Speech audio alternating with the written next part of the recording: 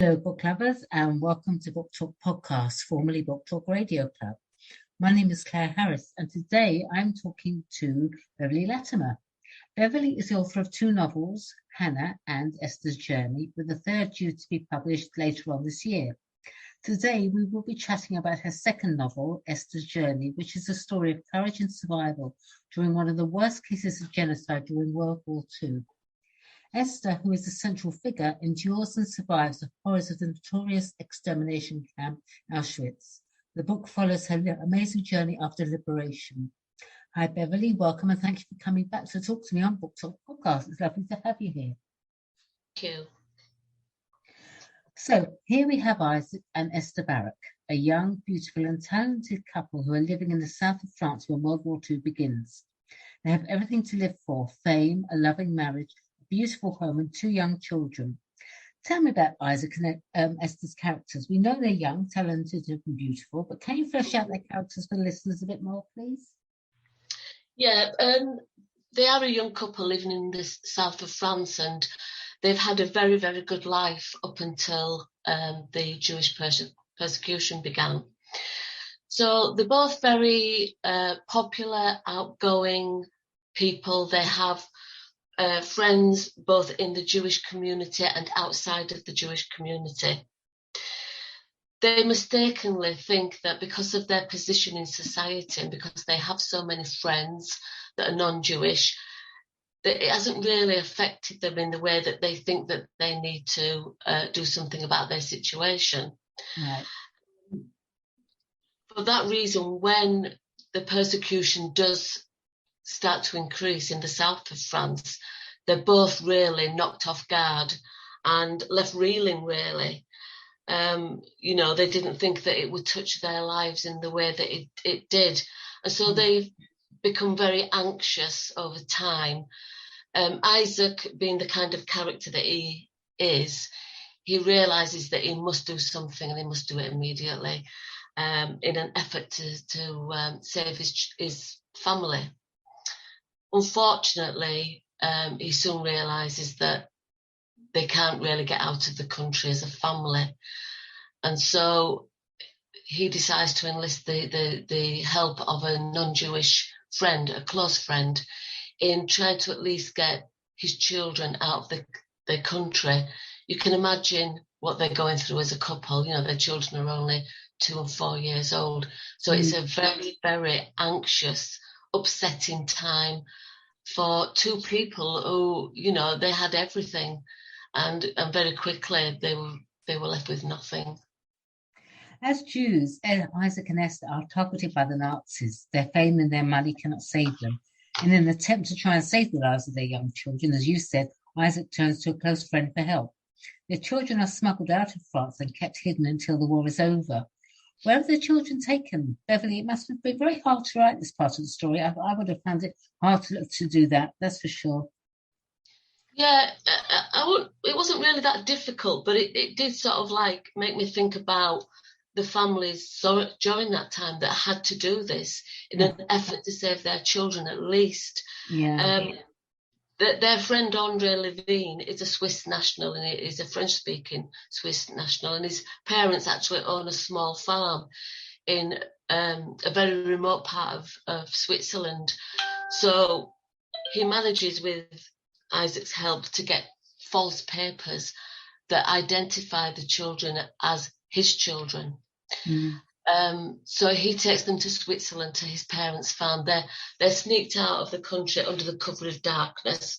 Obviously, he's got the papers, and he just, it's a very frightening time for him, because there would be severe consequences for him if they realised what he was doing. But also for the two very young children, they would probably be put in a Jewish orphanage and then taken without any adults to help them to one of the concentration camps, where they would undoubtedly be murdered.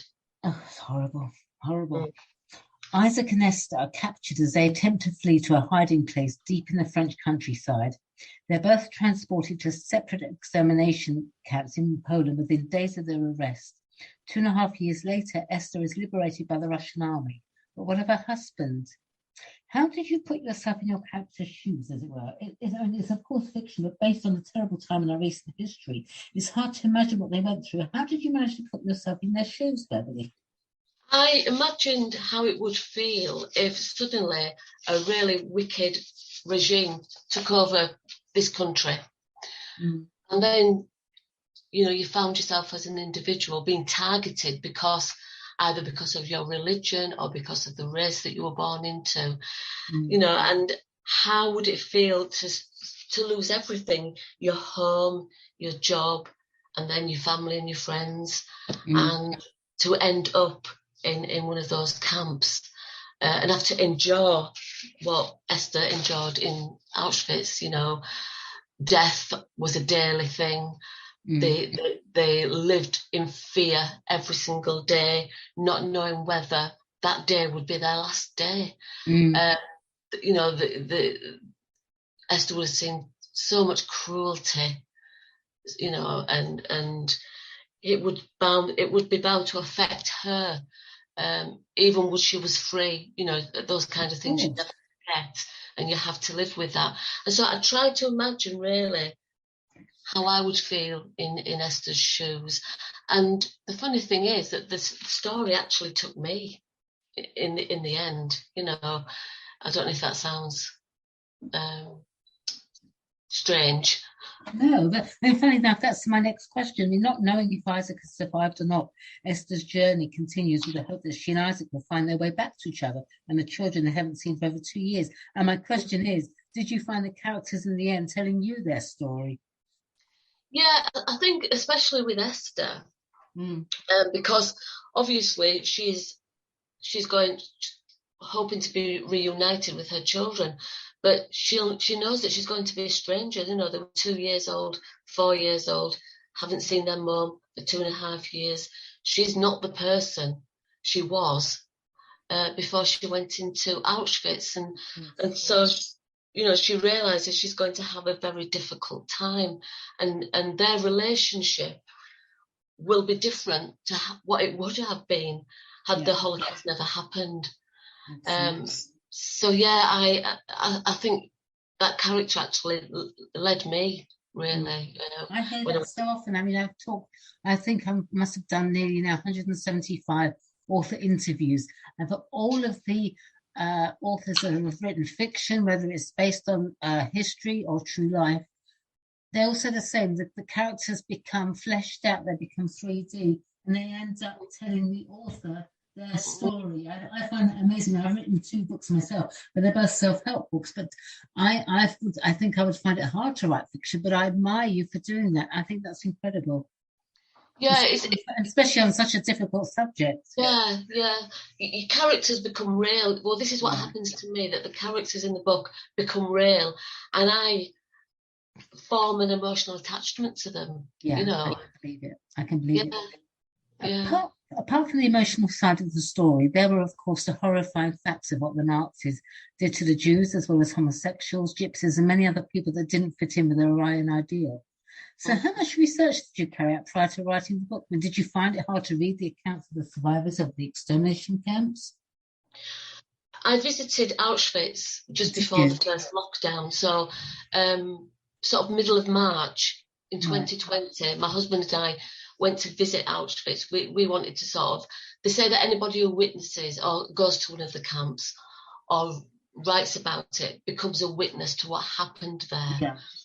And I have a little bit of a fear that as time goes on, they might become forgotten. And I don't think that should ever happen. Absolutely. Because it was such a terrible time.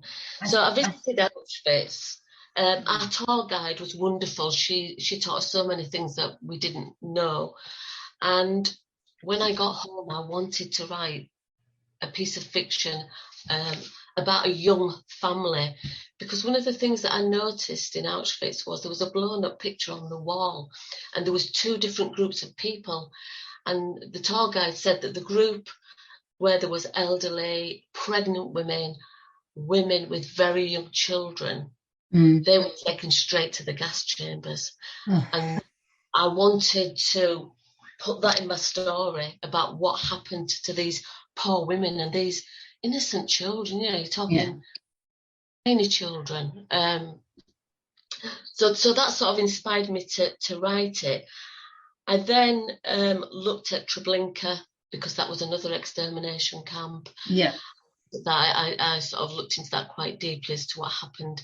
I then rewatched interviews that I'd watched years ago. I rewatched them, and so that I wanted to make sure that I wasn't doing the Jewish people an injustice by getting it wrong. I wanted it to be right, and I wanted to sort of speak up on their behalf. And I also listened to accounts of ones that had been small children during the Holocaust, children that had been hidden and kept safe by non-Jewish families. And those children often were never reunited. Some were, but so often they weren't reunited with their parents because their parents had been murdered. Or their siblings. Or their siblings, yeah. And yeah, it did really affect me, and that's why I invested so much time in talking about when Esther went into the camp and her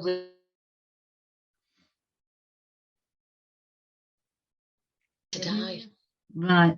And as a Jewess, I want to say thank you for writing the book, and thank you for bringing it again to the forefront, because it can't be forgotten. And I know that I could never visit Auschwitz because it just, I don't think I could handle it, quite frankly. But I've just to say thank you for doing that.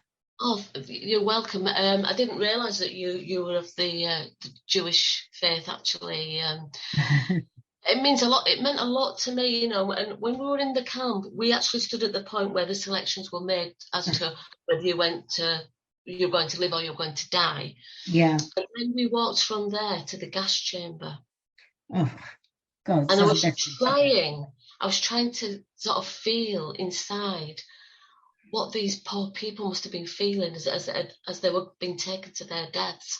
And of course, I couldn't feel what they were feeling, because my experience, I wasn't going there to die. No. I was going there to be a witness to what had happened and lay some flowers, to remember them. And I did feel emotional, but I couldn't get into their mindset. It must have been absolutely horrendous for them. Let's talk a little bit about you now, Beverley Latimer. You grew up in the city of Leeds in West Yorkshire and now live in a small rural village in North Yorkshire with your husband. You love nature and wide open spaces and can often be found walking on the North Yorkshire moors. So where is Beverley's writing place? Where's your favourite place to write? I actually write in my own home. I've got a full desk computer, so I sit at my desk and write there. I really, really enjoy writing, actually. I understand you spent your career caring for others. In what capacity, may I ask? First of all, as a nursery nurse in a hospital on a neonatal unit. I worked there for quite a long time. I've worked in a school. But in recent years, I've worked as a support worker.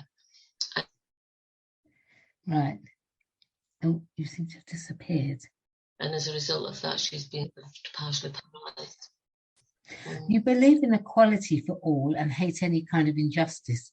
You're particularly passionate about the rights of women and children and their right to live a life free of abuse. Hear to that.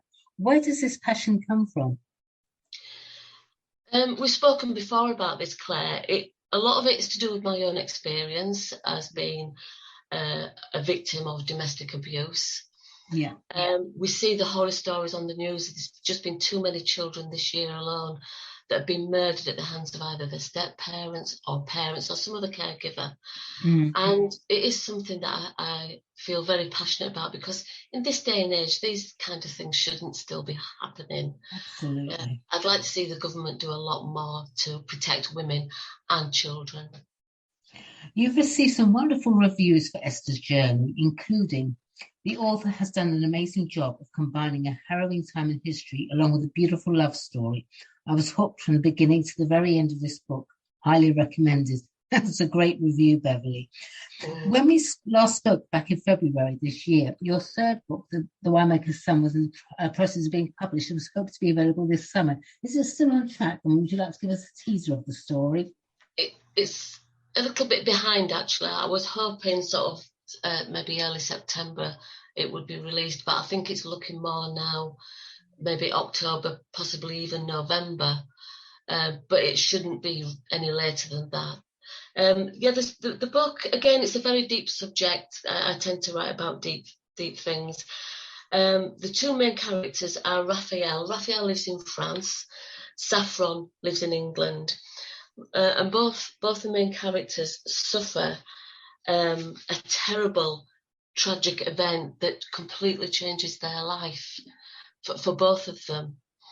And it's a story that tells of the strength of the human spirit and what it can endure. And it also talks about love's enduring power to heal even the most shattered of hearts and even the most broken, crushed spirit. And it's quite a deep book, but it does have a little bit of comedy in it because I wanted to sort of lighten it a little bit. So there's a couple of quite comical characters in the book. So there is a little bit of comedy in it. But it is mainly to do with these two people. It does have a happy ending because I hate sad endings. So I wanted it to have a happy ending. But it is a book that will take you on a roller coaster of emotions right through. Lastly, Beverley, where can people purchase Esther's Journey and, of course, Hannah, your first published book? There's about 4 different websites. There's Amazon, Goodreads, W.H. Smith's from their website, and Waterstones. They can be found on any of those. Lovely. All right, well, thank you, Beverley. Please come back on Book Talk Podcast. I'd love to chat with you and hear more. In the meantime, good luck for the future, and thank you, everyone, for listening to Book Talk Podcast. Thanks, Beverley. Thanks, Claire.